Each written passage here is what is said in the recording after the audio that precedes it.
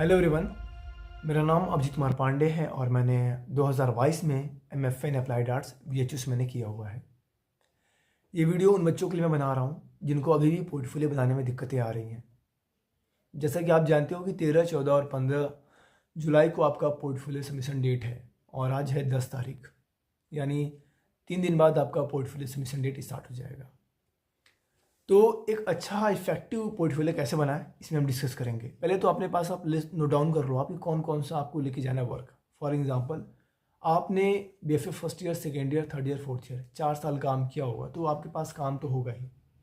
अगर मैं बात करता हूँ अप्लाइड आर्ट स्टूडेंट्स की, तो आपने 4 सालों में स्केचिंग भी किया होगा बहुत सारा, कुछ पेंटिंग्स का भी काम किया होगा फर्स्ट ईयर में, कुछ टेक्सटाइल के, और आपके फोटोग्राफ्स, इलस्ट्रेशन वगैरह, राइट, पोस्टर ये सब आपने बनाए होंगे, लोगो, ये सारे आपने काम किए होंगे। ये सारे पहले आप नोट डाउन कर लो आप, और सभी के एटलीस्ट आपको 3 से 4 काम लेके जाने हैं। यानी आपके पास एवरेज 15 से 20 काम होने चाहिए, 15 से 20 वर्क होने चाहिए। मान लो एग्जाम्पल, आपने अप्लाइड आर्ट्स में अगर लोगो बनाया हुआ है तो ये नहीं कि बस एक ही लोगो से काम चल जाएगा, ऐसा नहीं है। एटलीस्ट 2-3 लोगो रहना चाहिए आपके पास जो आपने डिज़ाइन किया हुआ है। आपके पास 2-3 पोस्टर होने चाहिए वर्क मैनुअली, आपके पास स्केचिंग होनी चाहिए, आपके पास फोटोग्राफ भी होने चाहिए, राइट। तो पहले अपना मैनुअल जो वर्क हो, जो बेस्ट हो, उसको रख लो आप। ये नहीं कि आप कूड़ा वगैरह जो भी आप बनाया है, जो भी बेकार वर्क है वो भी आप रख ले रहे हो आप। तो दिक्कत ये होगा कि जो लोग वहाँ पर बैठे होंगे, एटलीस्ट मुझे लगता है 3 से 4 लोग वहाँ बैठते हैं जहाँ भी आप पोर्टफोलियो सबमिशन करने जाओगे। तो वहाँ पे एक अप्लाइड आर्ट से मनीष अरोड़ा सर होंगे और एक आशीष सर होंगे और 2% NTA को होते हैं। तो अपने पास आपको ये ध्यान रखना है कि कोई भी ऐसा वर्क न ले जाओ जो आपको पसंद ना आता हो। पहले तो आप फिल्टर कर लो, आप वही वर्क लेकर ले जाओ जो आपका वर्क बेस्ट है। क्योंकि अगर आपका एक भी काम खराब हुआ तो वो जज करेंगे कि यार ये इंसान ने ऐसा काम किया हुआ है, तो यानी ये शायद इसका काम नहीं, किसी और ने काम किया हुआ है। तो सबसे पहले आपका सारा वर्क जो हो, मतलब कि बिल्कुल लगना चाहिए कि हाँ वर्क है। और दूसरा बात ये है कि सारे वर्क पे आपके जो भी आप कॉलेज से आपने बैचलर किया हुआ है वहाँ के जो टीचर्स होंगे उनके साइन होना ही कंपलसरी है।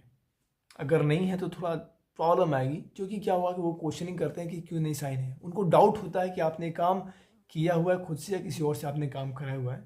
इसलिए आपका अटेस्टेड होना चाहिए, मतलब आप जिस स्टूडेंट से पढ़ रहे हो उनके जो भी टीचर वगैरह हैं उनसे। तो इन बात को बहुत ध्यान देना कि जो भी आपके वर्क उस पर साइन होने चाहिए। अब आप बोलोगे सर मैंने स्कल्पचर का काम किया तो मेरे कैसे होंगे, तो कोई बात नहीं, तो उस पर कोई दिक्कत नहीं है। बट पेंटिंग से है तो उस पर साइन होनी चाहिए। अप्लाइड आर्ट्स कुछ काम है जैसे मैनुअल वर्क है, उस पर साइन होने चाहिए। चलिए बात करते हैं कौन कौन से वर्क आपको लेके जाने हैं। फॉर एग्जाम्पल, अप्लाइड आर्ट्स बच्चों के लिए आपके पास एटलीस्ट 3 स्केच होने चाहिए। एक बड़े से आपके पास A3 साइज पेपर हो। देखो आपके पास साइज A3 रखना, ज़्यादा बड़ा नहीं। अगर अप्लाइड आर्ट्स स्टूडेंट हो आप तो A3 साइज पेपर रखो आप। उसमें आपके मतलब 3 पेज पे स्केच होने चाहिए, बिल्कुल अच्छे स्केच। अगर आपने नहीं किया हो तो आप रेंडल में आप अभी भी कर सकते हो, आपने रेडी किया होगा तो अच्छी बात है। उसके बाद 3 बेस्ट फोटोग्राफ, 3 से 4। देखो मैं 3 एवरेज बता रहा हूँ, हो सके तो 5 भी रख लो तो बहुत अच्छी बात है। तो यानी 3 से 4 बेस्ट फोटोग्राफ जो आपको लगता है, जो आपने मतलब कि अच्छी लाइटिंग के साथ फोटोग्राफ क्लिक किया हुआ है, वो अपना रख लेना। देन उसके साथ आपका आता है पोस्टर, जो आपने पोस्टर डिजाइन किया होगा मैनुअली। उसके साथ साथ अगर आपने कोई डिजाइन किया डिजिटली तो वो भी आपके पास 3 से 4 पोस्टर होनी चाहिए। और उसके अलावा लोगो डिजाइनिंग वगैरह, और आपका जो भी मतलब कि ओवर एंड ऑल 15 से 20 काम आपके पास होने चाहिए जो आप वहाँ पर ले जाकर दिखा सको। और एक बात और, अगर आपने कोई पोस्टर डिज़ाइन किया या फिर होर्डिंग डिज़ाइन किया है, मॉकअप वगैरह जो भी कुछ, तो वहाँ पर उसका साइज़ लिखना मत भूलना, क्योंकि वो क्रॉस क्वेश्चन करेंगे कि इसका साइज़ क्या होता है।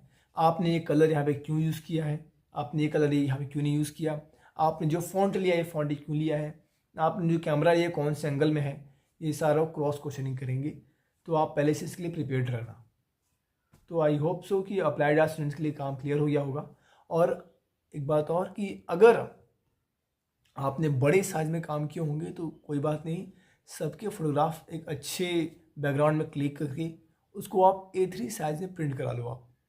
मैं तो बोलूँगा कि अपने पास से काम करो कि सभी वर्क एक इतना प्रोफेशनल वर्क वे में लेके जाओ, A3 साइज में सभी वर्क को लेके जाओ। अगर आप पास बहुत बड़े बड़े काम है तो सिंपल सी बात है, आप वहाँ पर कैरी आउट नहीं कर पाओगे। आप अपने साथ कैरी करके दूर से आप आ रहे हो, मान लो कलकत्ता से आप आ रहे हो, तो ट्रेन में आप ट्रेवल करके आओगे तो मे भी चांसेस है कि आपका वर्क ख़राब हो जाए। तो कोशिश करो जो बड़े काम है उनको सबको आप क्लिक करो एक अच्छे बैकग्राउंड के साथ और उसको A3 साइज में प्रिंट कराओ और लेकर के आ जाओ। ये सबसे बेस्ट ऑप्शन है। तो यानी 3-4 फोटोग्राफ आपके पास होने चाहिए जो आपने क्लिक किया इमेजेस, आपके पास 3 से 4 लोगो होने चाहिए, आपके पास 3 से 4 मैनुअल वर्क जिसमें पोस्टर होर्डिंग से पूछाते हैं, और उसके बाद स्केचेस आपके होने चाहिए, कंपोजिशन जो आपने काम किया वो भी होनी चाहिए, और जो पहले आपने अदर जो वर्क जो आपकी बेस्ट हो, पोर्ट्रेट वगैरह आपने अगर किया हो वो भी आप अपने साथ लेके आ सकते हो। तो इतना मुझे लगता है मोर देन सफिशियंट है। और क्वेश्चन के लिए रेडी रहना, वो क्रॉस क्वेश्चनिंग कर सकते हैं कि आपने कलर क्यों यूज़ किया है, ये आपने फॉन्ट क्यों यहाँ पर यूज़ किया है, ये सारे क्वेश्चन वो लोग करेंगे, राइट।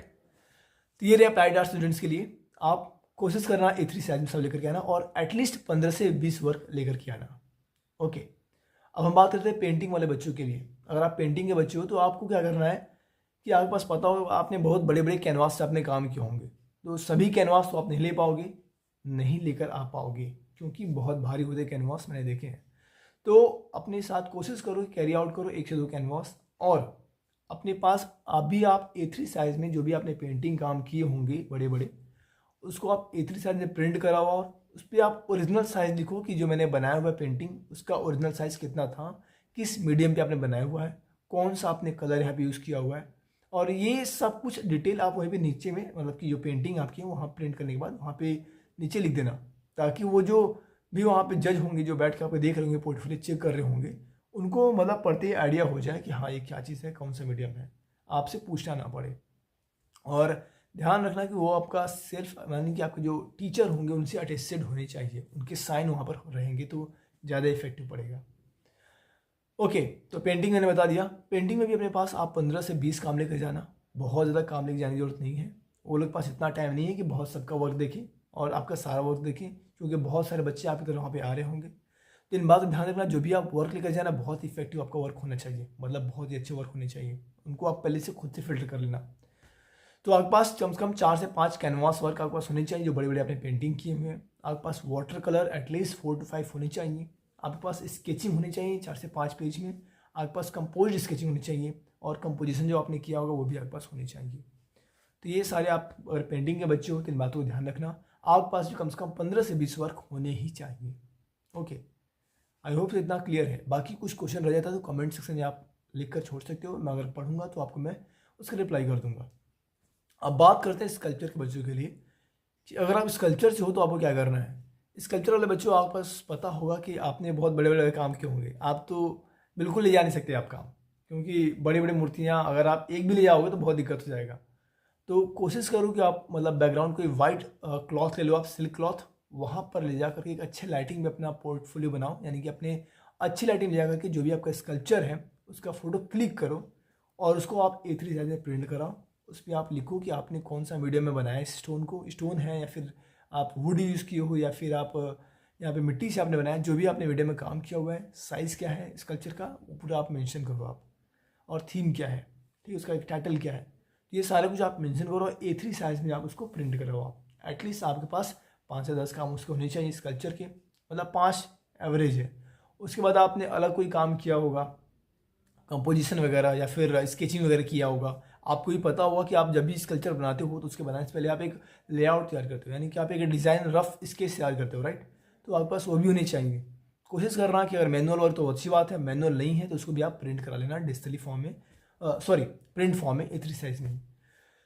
तो आपका सेवन लगभग 15 से 20 काम होनी चाहिए। जितनी भी आपके स्कल्पचर उसके फोटोग्राफ अच्छे बैकग्राउंड में, एक सिल्क क्लॉथ लेना, किसी का हेल्प ले लेना और उसके बैकग्राउंड में, मतलब कि अगर आपका स्कल्पचर वाइट है तो बैकग्राउंड आप ब्लैक रखना, ब्लैक अपना क्लॉथ लेना और किसी पर्सन को खड़ा कर देना या फिर कहीं बैकग्राउंड लगा करके वहाँ पर आप सामने स्कल्पचर रखे उसका प्रॉपरली क्लिक करना, बिल्कुल इमेजेस एकदम अच्छे फ़ोन से। और अगर आपका स्कल्पचर वाइट है तो सिंपल सी बात, कॉन्ट्रास्ट के लिए आप बैकग्राउंड ब्लैक लोगे, और अगर आपका ब्लैक स्कल्पचर है तो कॉन्ट्रास्ट के लिए आप बैकग्राउंड वाइट लोगे। इन बातों को ध्यान रखना और एक अच्छा इमेज क्लिक करना, उसका साइज लिखना, टाइटल लिखना, कौन सा मीडियम बनाया है, ये पूरा लिखने के बाद अगर ये तो आपका 4-5 स्कल्पचर काम हो गया। उसके अलावा आपने जो काम किया हुआ है, फॉर एग्जांपल आपने कोई स्केचिंग किया होगा, आपने पहले का कोई कंपोजिशन किया होगा, तो बेस्ट वर्क अपने आप वहाँ पर लेकर जा सकते हो। यानी मोर देन आपको 15 से 20 काम लेकर जाने हैं, इतना सफिशियंट है। बाकी जो क्रॉस क्वेश्चनिंग करेंगे आपके फील्ड के अकॉर्डिंग करेंगे, ये नहीं कि आप वो पूछेंगे कि इनका इतिहास बताओ, अकबर का इतिहास बताओ, या फिर आप जहांगीर बारे में बताओ, या वेस्टर्न आर्टिस्ट के बारे में बताओ। वो ऐसा क्वेश्चनिंग कुछ नहीं करने वाले हैं। जो भी आप वर्क लेकर जा रहे हो उसके रिगार्डिंग वो क्वेश्चनिंग करेंगे। चाहे अगर आप अप्लाइड से हो तो अप्लाइड से मतलब कि आपके वर्क के बारे में बात करेंगे, आपने इसमें कौन सा मीडियम यूज़ किया है, ठीक है, कितना दिन आपने काम किया हुआ है, आप ये थीम जो बना रहे हो इस पर आप कहाँ से इंस्पायर हुए हो, इसके रिगार्डिंग वो क्वेश्चनिंग करेंगे। अगर आप पेंटिंग से हो तो आपको वही सवाल करेंगे कि आपने इसमें कौन सा कलर यूज़ किया है, क्यों कलर यूज़ किया है, यही सब क्वेश्चनिंग करेंगे।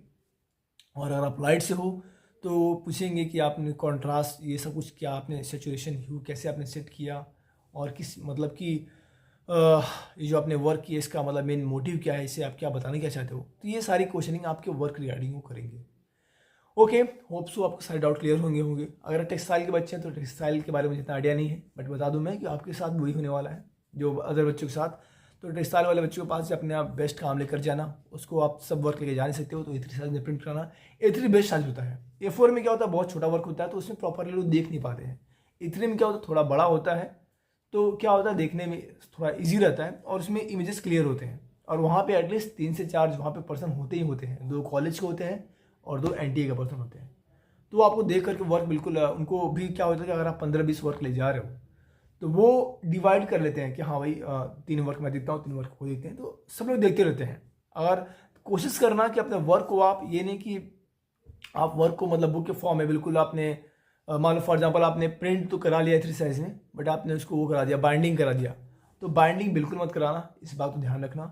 कोशिश करना सब अलग अलग रहे। एक एनवलप ले लेना, उसमें आप सारा वर्क लेकर जाना, उनको देना, वो लोग खुद ही अपना डिवाइड करके आपस में देखने रहेंगे और उसके बेस पे आपसे क्रॉस क्वेश्चनिंग करेंगे। तो पहली बात, बाइंडिंग मत कराना। ओके, होप सो क्लियर हो गया होगा। एक बार मैं फिर से इन शॉर्ट में समझा दे रहा हूँ। आपके पास एटलीस्ट 15 से 20 काम होने चाहिए। वैसे तो मैंडेटरी 10 काम है कि 10 एटलीस्ट होने ही चाहिए, बट मैं बोलता हूँ 15 से 20 काम रखना। जितना एक्स्ट्रा रहेगा उतना अच्छी बात रहेगा, but quality work not quantity. Okay, second, जो भी आप वर्क लेके जा रहे हो आपके वर्क पे साइन होने चाहिए, आपके जो भी टीचर्स हैं, मेंटोर्स हैं।